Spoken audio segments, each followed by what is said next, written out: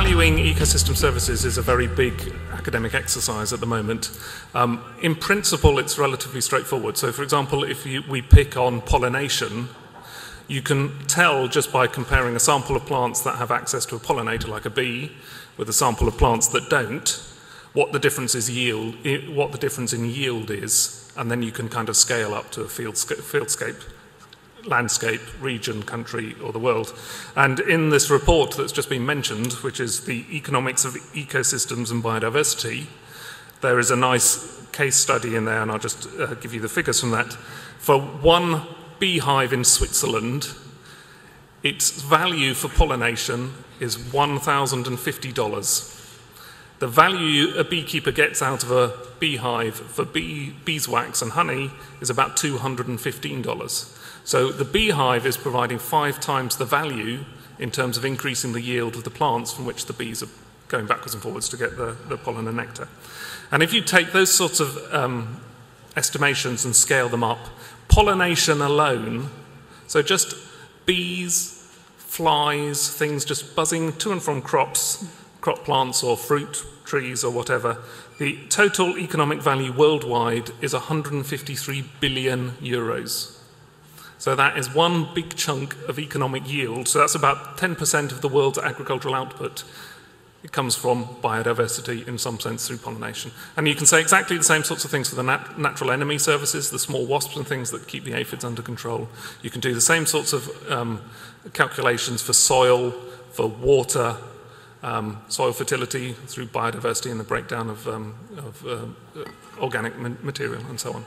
I agree with my colleagues that some of the studies have not quite been fully worked out in terms of determining the economic values for what we are discussing now.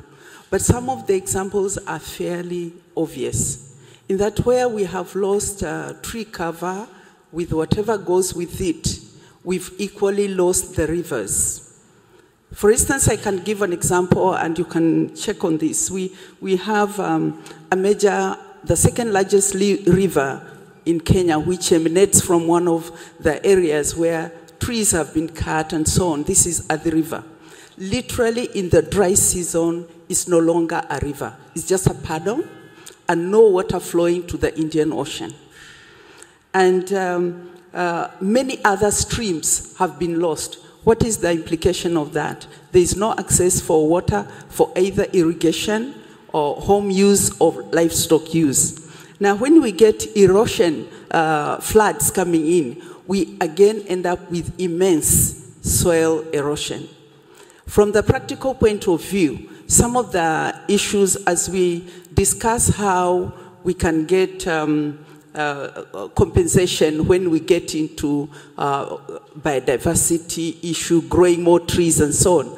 I think from the practical point of view, what I can say, as we are celebrating this year of biodiversity, just get outside there and plant a tree or two, and then we'll be talking what happened about the tree you planted this year, how is it looking like next year?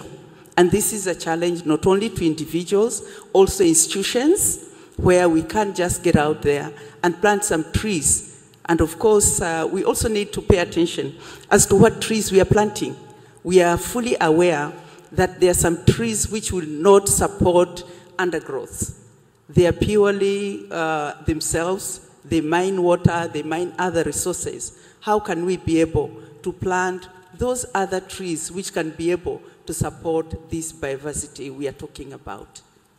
If we rely on more liberal agricultural markets, we enable farmers to specialize in the production of those agricultural commodities for which they have a comparative cost advantage and price advantage, for which they are particularly productive. This is one of many elements in a strategy to fight hunger around the world and to maintain biodiversity and to maintain natural habitat.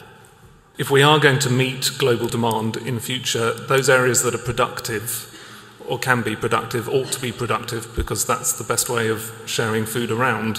So it makes no sense, for example, for Europe to think about becoming more extensive and allow our yields to drop, because that just passes the problem to somewhere else, whereas naturally we can have quite high-yielding agriculture. But to pick up the key point, my view is that to maximise the value of food produced and to maximise biodiversity, we have to treat them at a scale, a spatial scale, bigger than the field or bigger than the farm. Not think about maximising biodiversity and food on the same plot of land. And we've done some modelling recently and just had a paper published that shows that actually if in a landscape, so an arbitrarily kind of large area, you use some fields for intensive agriculture, and then you set aside a bit of land and you farm your biodiversity on that bit of land, then you actually grow more biodiversity and more food than if you farm the whole area extensively. So out of that thinking comes an idea that if you manage to manage biodiversity well and also produce food, what you need to have across the landscape is a network of land that is managed, farmed for biodiversity. And that could easily be the margins, for example, around fields, if they were properly farmed for biodiversity, if they're properly managed for biodiversity. But the key thing there is not to allow, or put it the other way, to encourage farmers in the same neighbourhood to work together to a common end. And at the moment, there is no incentive to get neighbouring farmers to cooperate in farming the biodiversity. Every single farmer is just incentivized to do what is good for his yield or his profit.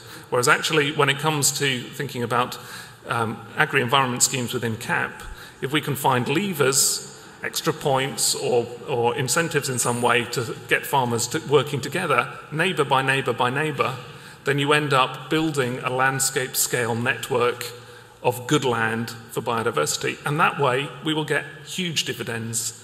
And that means that if the margins are properly managed or if the non-crop land is properly managed, it matters far less what goes on in the field.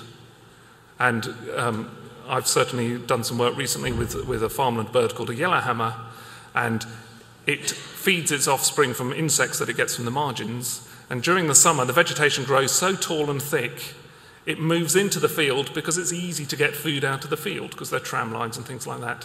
Whereas if you manage the margins properly, the yellowhammers stay in the margins and they don't have to go into the centre of the field. So actually, finding ways to manage the margins properly, farm them properly for biodiversity, leaves the fields available to grow food, and that in turn reduces some of the issues to do with the trade-off between biodiversity and agriculture.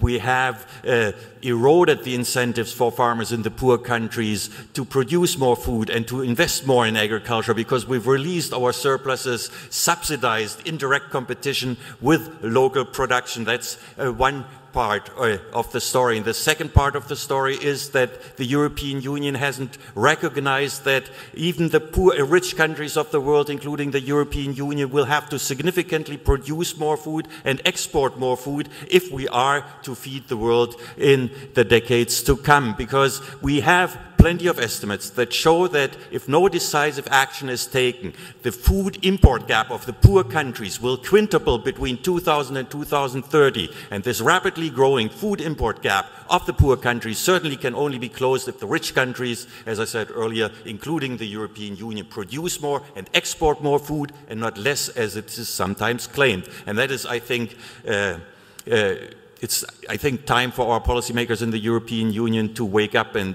face the truth.